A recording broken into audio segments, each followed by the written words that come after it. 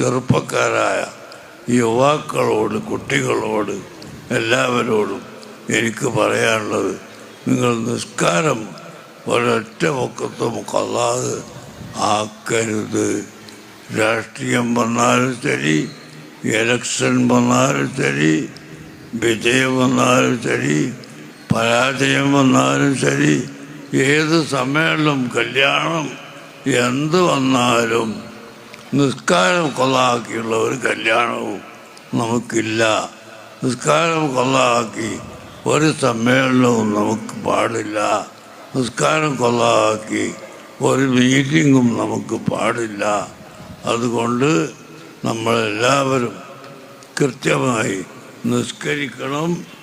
ആ നിസ്കാരം പരമാവധി പള്ളിയിൽ പോയി ജമാഅത്തായി നിസ്കരിക്കാൻ എല്ലാവരും